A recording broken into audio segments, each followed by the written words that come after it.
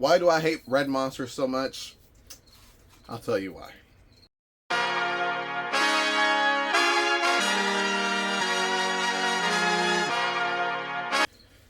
What's up, YouTube?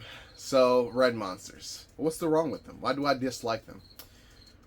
I'll go through a few different examples of why I dislike red monsters, and then we're going to go off tangent, and I'm just going to rant, because that's usually what I do anyways, right?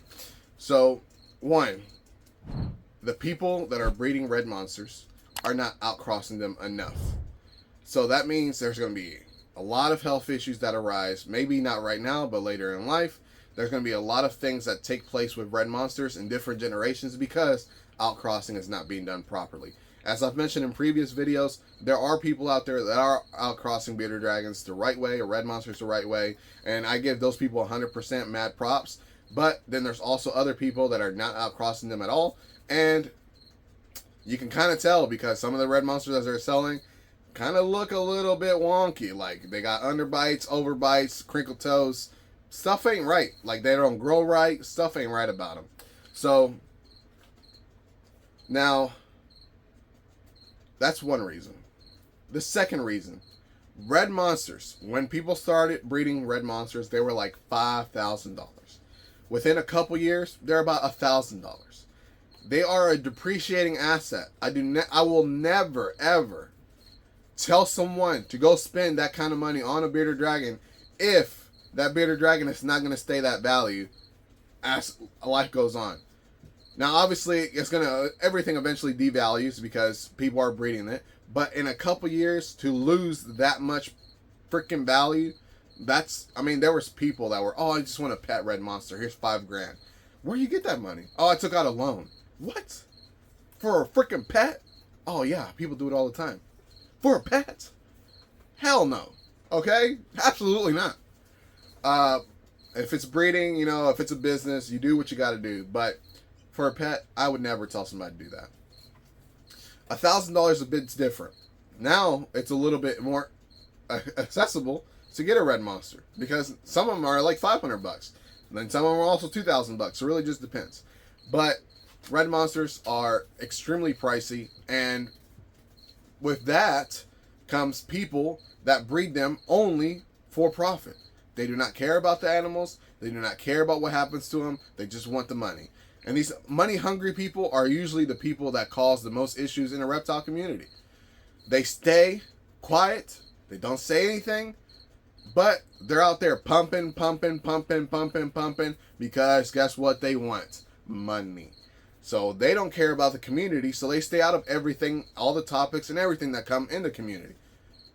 If you don't have a breeder that puts out information, you don't have a breeder that likes to discuss ongoing topics, then you're probably dealing with someone that doesn't really care about the community and they just want to breed dragons to make money.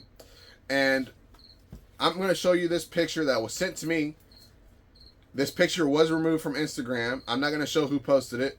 It doesn't matter. But this is how those people act. This is how those people treat these animals. They deleted this picture right after they posted it because people realized, hey, what the fuck?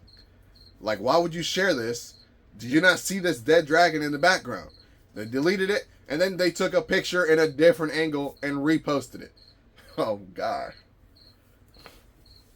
So, the different angle, does that mean they took the dragon out? Like, what the heck? Whew. Now, I'm not saying that bearded dragon babies don't die. It happens. It happens to everyone. It has nothing to do with the keeper. It has to do with the fact that every species of animal out there has a survivability rate, and it's not 100%. Not even for humans.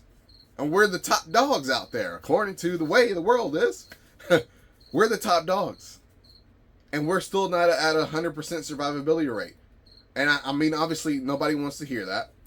Nobody wants to hear that a baby of any species doesn't make it just because survival of the fittest or something is wrong mentally, or not mentally, physically, like health-wise, all of that takes place into why there's not a 100% survivability rate.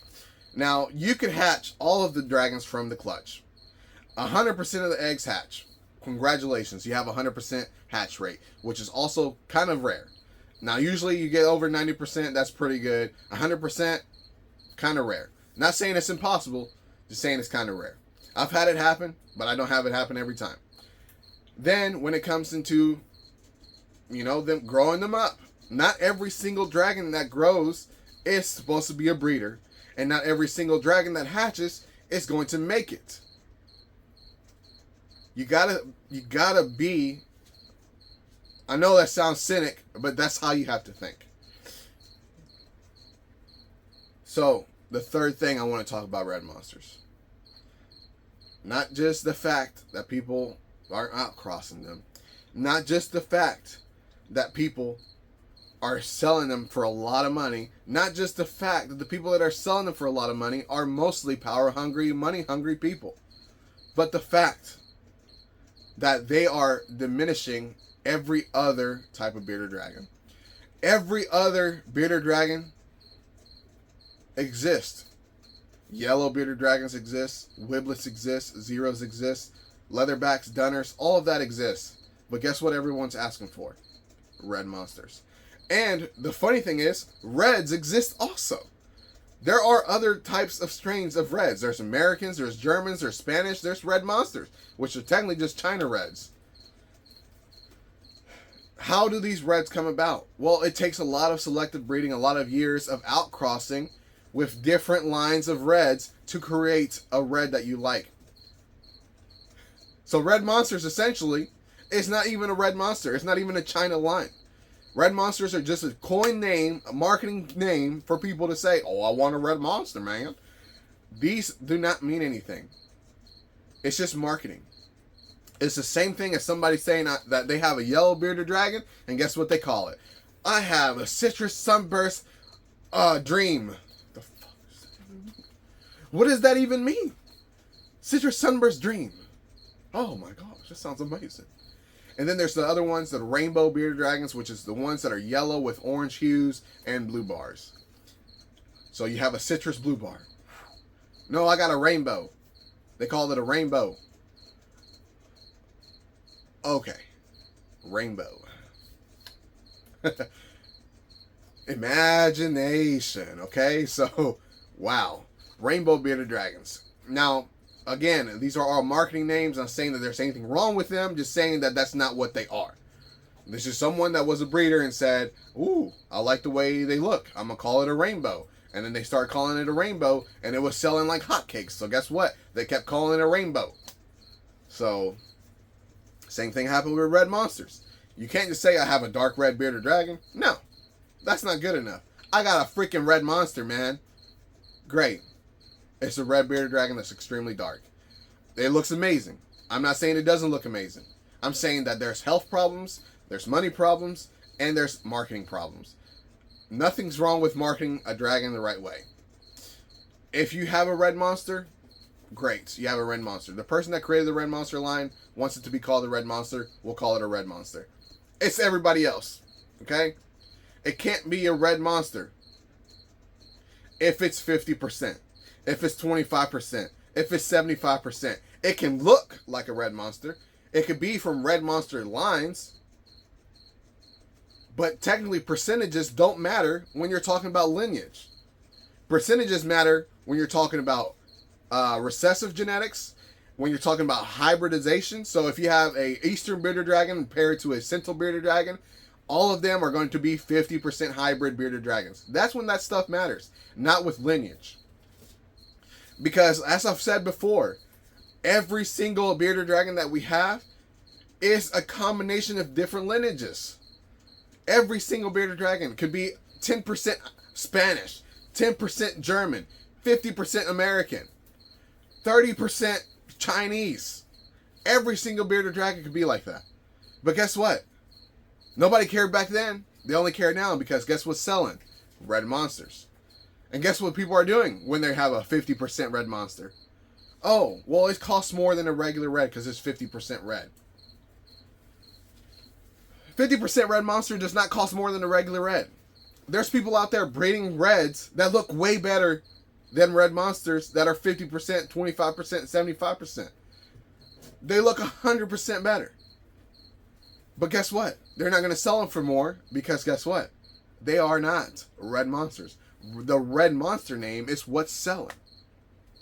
So people are buying red monsters for $1,000. Guess what? Great.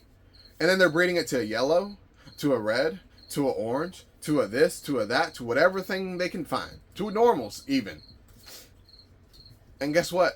50% red monster. Here's a $750 50% red monster.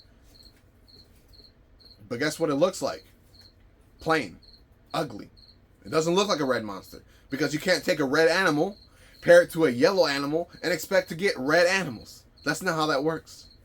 You can't take a red animal, pair it to a gray animal, and get red animals. That's not how that works. So a 50% red monster only matters, which doesn't really matter, honestly, if it's a red animal. If you're pairing it and you're outcrossing it to red animals. That's when that matters. But no, there's people out there doing whatever the hell they want because they just want money. And they're using that marketing name as a way to get more money. So, what the heck? I could buy red monsters if I wanted to. I don't want to. I want to buy outcrossed red animals that have red monster lineage in them. I don't care if it's 50%. I don't care if it's 25%. I don't care if it's 75%. I want a red dragon that looks surreal, but does not come with all of the bad, negative things that come with red monsters. That's what I don't want. What negative things? Oh, let's talk about the health issues. I've already talked about underbites and overbites and all of that because of the fact that they're not outcrossed correctly. They're being line bred. Now they're technically inbred. I'm not talking about just that. There's fatty liver disease. There's kidney issues. There's heart problems. There's gout. There's all these things that can take place in a bearded dragon. And guess what? Red monsters, they can have all of those things too. But when does that happen the most? When things are line bred or inbred. Because that dwindles the strength and health of a bearded dragon. That's just how it goes. That's just how it goes.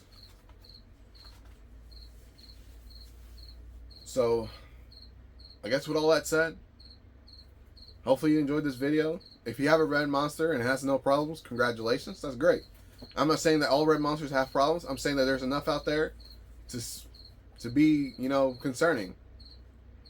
Whenever they first came out, there was somebody selling them for like $3,000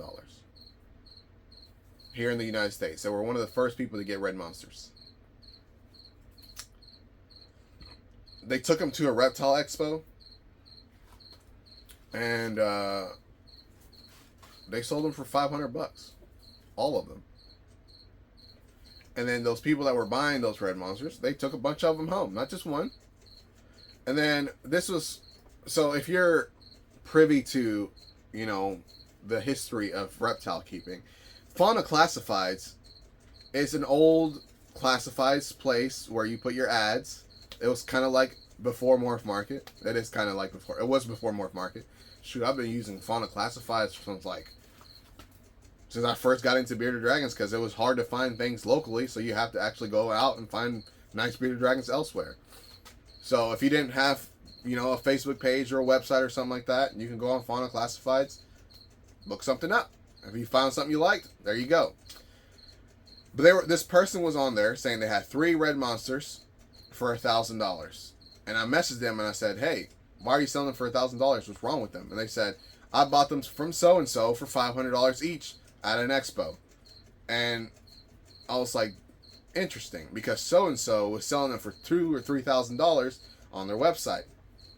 They literally made people log into their website with a special code to be able to access these red monsters because they were so high dollar, so high tier, high priority animals. And if you wanted one, you needed some, okay? You needed some, So it was interesting to see that he sold them for $500.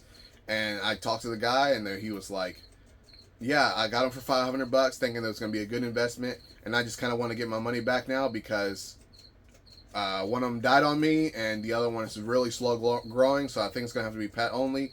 And I only have one that's actually growing good. And I was like, interesting. because I knew they were already line bred.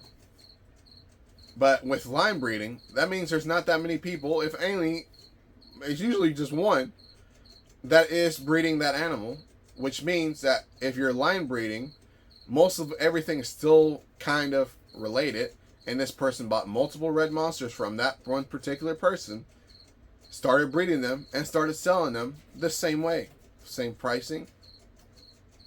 At that point, it was no longer line breeding, it was inbreeding, and that's where the issues arise. And now it's been 3 years, 4 years, or something like that.